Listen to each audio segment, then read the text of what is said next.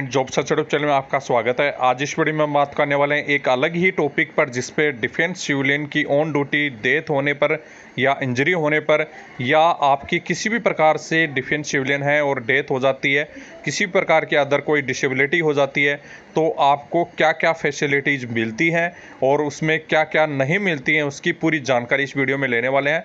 यदि आप इस जॉब के लिए आप अप्लाई करना चाहते हैं, जॉब देखना चाहते हैं, या आप जॉब में लग चुके हैं, तो इसका वीडियो बहुत ही इंपॉर्टेंट आपके लिए रहने वाला है।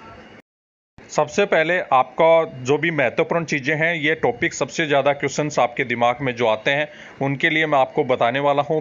सबसे पहला है, क्या आप डिफेंस सिविलियन में हैं? यदि किसी भी प्रकार से आपकी मौत होती है, अब एक लेटेस्ट केस आया था जिसमें 41 FAD लद्दाख में आपके बम फटने से किसी एक से जो भी ट्रेडमैन मेट की मौत हो चुकी।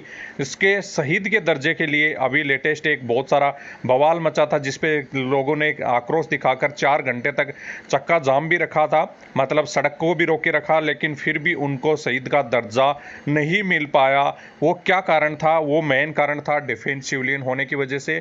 डिफेंस सिविलियन एक एम्प्लॉय है, न कि सर्विसमैन है। सर्विसमैन आप समझते होंगे, सर्विसमैन वही होता है जिसको राइफल लागू होती है, मतलब जो भी फौजी ट्रेनिंग लेकर और वहाँ पे ड्यूटी करता है वही सर्विसमैन होता है, या अग्निवीर जो कहलाते हैं। पहले आपके जो सर्विसमैन थे अब अग्निवीर आ गए हैं, तो उनको ही आपको शहीद का दर्जा लागू है। बाकी के डिफेंस एम्प्लॉय या डिफेंस सिविलियन को किसी भी प्रकार से, किसी भी ट्रेड वाले को, चाहे नेवी हो, चाहे आर्मी हो, चाहे एयरफोर्स हो, किसी भी प्रकार से शहीद का दर्जा नहीं दिया जा सकता। ये एज पर पॉलिसी है, गवर्नमेंट पॉलिसी है, जो पहले से आपकी जब भी आपके डिफेंस सिविलियन लागू किए गए थे डिफेंस में, आर्मी में, एयरफोर्स में, नेवी में, तब आपका लागू किया गया था कि उसमें डिफेंस सिविलियन एक एम्प्लॉय है, जो भी आपका किसी भी प्रकार से उसको शहीद का दर्जा नहीं दिया जाएगा। तो ये आपको बात दिमाग में क्लियर कर लें। यदि किसी भी प्रकार से आप चाहे फायरमैन हो, चाहे किसी भी ट्रेड पे हो, डिफेंस सिविलियन या army group C, navy group C और एयरफोर्स ग्रुप सी की जो वैकेंसीज हैं, जिनमें आपको वर्दी भी कहीं मिलती है, तो भी आपको वहाँ पे आपको डिफेंस सिविलियन को जो भी शहीद का दर्जा लागू नहीं होगा। चाहे आप कितना भी कैसा भी कुछ भी कर लें, आपको यह दर्जा नहीं मिलने वाला है।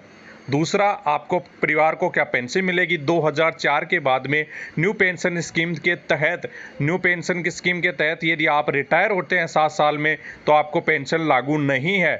लेकिन एक प्रावधान किया गया है, यदि आपकी डेथ होती है बीच में, यदि आप ऑन ड्यूटी में, जब भी आप 60 साल की सर्विस से रिटायर होने से पहले बाहर भी या अंदर भी, यदि मतलब ऑन ड्यूटी पे सर्विस में यदि आपकी डेथ होती है, या आपके बाहर कहीं आप ये ड्यूटी करने के बाद में एक्सीडेंटली या किसी भी प्रकार से आपकी डेथ होती है, तो यहाँ पे आपको पेंशन का प्रावधान किया हुआ है। आपकी फैमिली को या अपने परिवार वालों को आपकी पेंशन जरूर मिलेगी। ये आपके लिए एक प्रावधान रहेगा। जो भी आप यदि किसी भी प्रकार से आपकी यदि कोई डेथ होती है, तो ही आपको पेंशन यहाँ पे लागू होती है। डिसेबिलिटी मतलब किसी भी प्रकार की विकलांगता पर आपको यहाँ पेंशन लागू नहीं होती है। विकलांगता 100% आपकी होती है तो ही पेंशन आपको लागू हो सकती है, वो भी कंडीशन उसमें रहेंगी। टोटल अमाउंट कितना मिलेगा? टोटल अमाउंट की बात करें तो बहुत सारे इसमें डिपार्टमेंट अलग अलग डिपेंड करता है। जैसे कि आपके यदि जो भी बहुत सारे रिस्क वाले जो डिपार्टमेंट है, जैसे कि FAD है, यहाँ पे अचानक किसी भी प्रकार का बम फट सकता है। किसी वर्कशॉप में आप काम कर रहे हैं, वहाँ पे आप किसी भी प्रकार की दुर्घटना हो सकती है। तो अलग अलग डिपार्टमेंट वाइज आपकी अलग अलग जो भी इंश्योरेंस रहता है, उसी हिसाब से आपको अमाउंट मिलता है। बाकी की यदि नॉर्मल की बात करें तो इसमें 30 रुपये का आपको अमाउंट कटता है, जिसमें आपको 30,000 रुपये का ओनली प्रावधान है। 30,000 रुपये ओनली आपको मिलते हैं यदि आप नॉर्मल किसी भी पीस एरिया में, किसी भी छोटी यूनिट में या किसी भी ऐसी यूनिट में काम कर रहे हैं जहाँ पे रिस्क नहीं है, तो वहाँ पे आपकी डेथ होती है, तो ओनली 30,000 रुपीज़ आपको दिए जाएंगे। बाकी की जैसे कि मैंने बताया FAD वगैरह है, या अदर कोई जैसे वर्कशॉप है, किसी भी जैसे कोई भी डिपार्टमेंट ऐसा है जिसमें रिस्क होता है, वहाँ पे अलग से आपका इंश्योरेंस रहेगा। उसमें आपको 25 से 30 लाख रुपए तक का प्रावधान रहता है। और दूसरा प्रावधान ये और रहता है, जैसा कि मैंने आपको बताया था कि कुछ दिन पहले एक वीडियो बनाया था, यदि आपने नहीं देखा है तो नीचे वीडियो की लिंक अपलोड कर दी जाएगी, जिसमें एसबीआई बैंक में सीजीएसपी आपका खाता है, सेंट्रल गवर्नमेंट एम्प्लॉय का आपका खाता रखा है आपने, तो उसमें आपको यहाँ पे 40 लाख रुपए का अमाउंट और दिया जाता है। तो ये अमाउंट का लेने के लिए आपको जो भी एसबीआई या किसी भी पीएनबी बैंक में आपका जो खाता है उसको सीजीएसपी में कराना, कन्वर्ट करवाना ज़रूरी है, नहीं तो ये 40 लाख रुपए आपको नहीं दिए जाएंगे।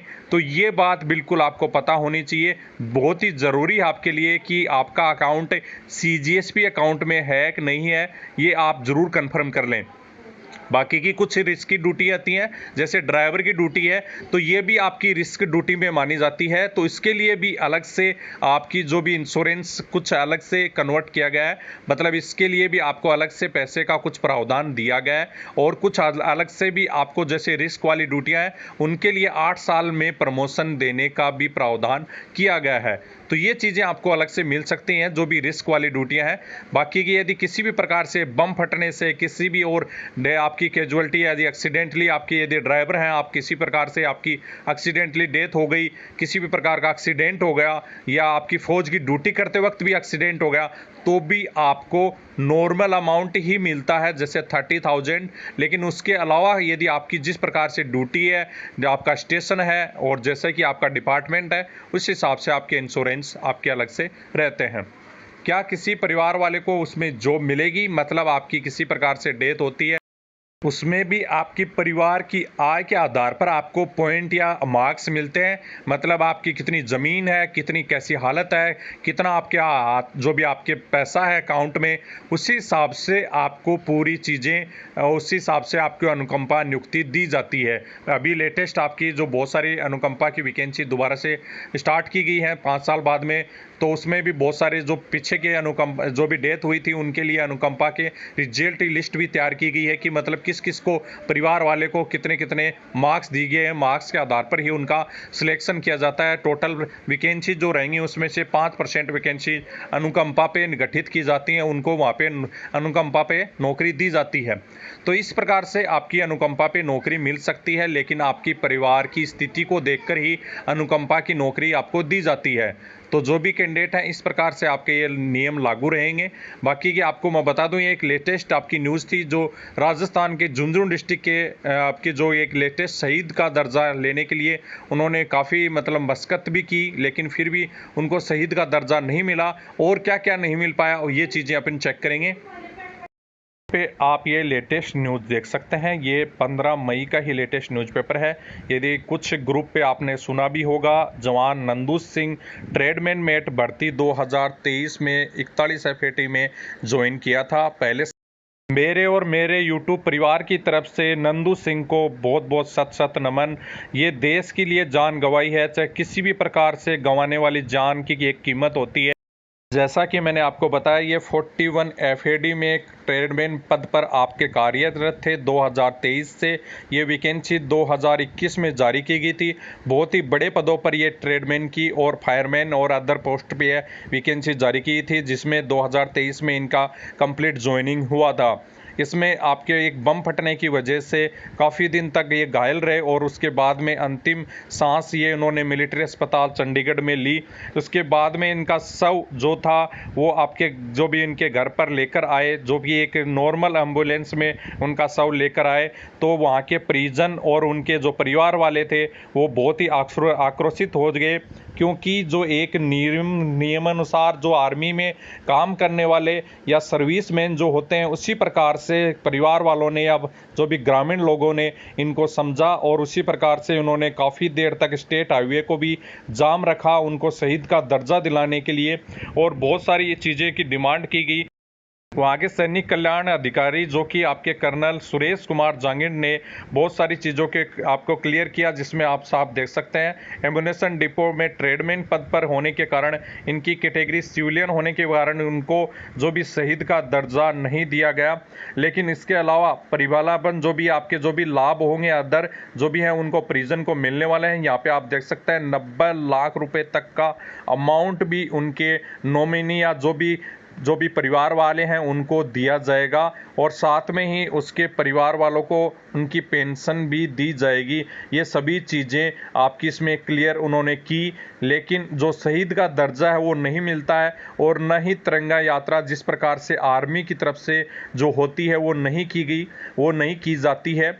नॉर्मल आपको एम्बुलेंस में ही लाया जाता है। यदि आप किसी प्रकार से बाहर एक्सीडेंट हो जाते हैं, यदि एम्प्लॉय हैं, तो ये चीज़ें भी आपकी नहीं होती। ये तो ऑन ड्यूटी में और ऐसी जगह पर थे जहाँ से उनको लेकर आया गया।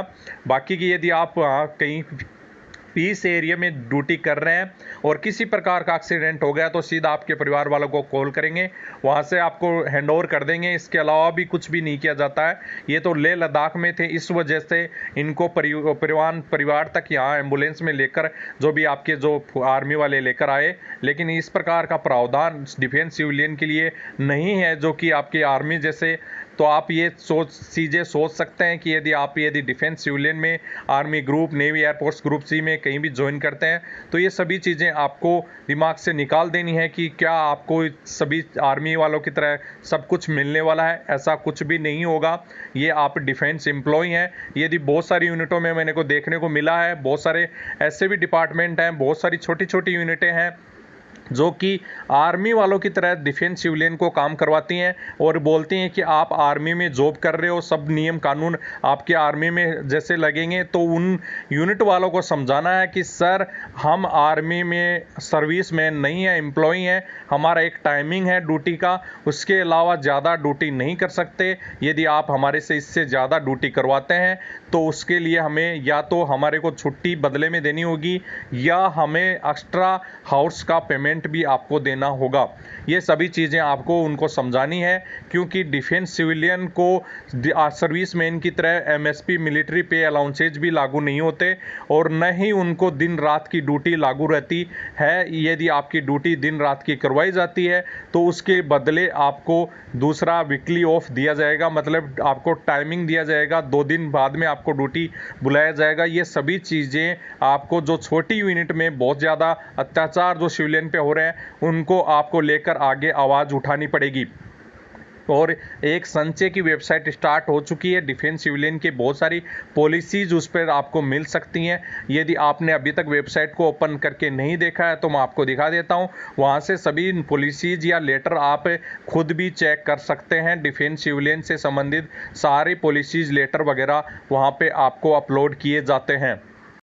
स्क्रीन पे आप ये संचय नाम से एक डिफेंस सिविलियन मैनेजमेंट सिस्टम की तरफ से डिफेंस जितने भी डिफेंस सिविलियन हैं उनके लिए एक वेबसाइट स्टार्ट की गई है। Army group C, air force group C या नेवी ग्रुप सी के लिए, सभी के लिए ये आपकी वेबसाइट रहने वाली है। यहाँ पे आप देख सकते हैं sanjay.gov.in पर जाकर आप खुद ओपन कर सकते हैं। यहाँ पे बहुत सारी पॉलिसीज़ आपकी अपलोड की हुई हैं, तो यहाँ पे आप ये पॉलिसी चेक कर सकते हैं। यदि किसी भी प्रकार की पॉलिसीज़ से संबंधित आपको कोई क्यूरी है तो यहाँ से डाउनलोड करके आप उसके लिए आप वहाँ दिखा सकते हैं अपने डिपार्टमेंट में, और या आपके जो भी आपके डिपार्टमेंट के अलावा छोटी यूनिट है उसको भी आप दिखा सकते हैं कि कितना टाइमिंग हाउस आपका रहता है और क्या क्या आपकी सभी चीज़ें रहती हैं। ये सभी चीज़ें पॉलिसीज़ जो आपकी सिविलियन के लिए लागू होती हैं वो सभी चीज़ें यहाँ पे अपलोड की हुई हैं। ये आपकी गवर्नमेंट ऑथराइज से वेबसाइट है। इससे कुछ भी डाउनलोड करके यदि आप पुटअप करते हैं या अपने डिपार्टमेंट को दिखाते हैं वो मान्य होगा। यदि इनसे इनकार किया जाता है तो आप आरटीआई लगा सकते हैं उस डिपार्टमेंट पे और इस वेबसाइट से सभी डॉक्यूमेंट आप मंगा सकते हैं। इससे संबंधित अदर कोई किसी कैंडिडेट की क्यूरी है तो कमेंट बॉक्स में कमेंट करके पूछ सकते हैं। और एक बार फिर से नंदू सिंह को मेरी तरफ से और मेरे यूट्यूब परिवार की तरफ से सत सत नमन।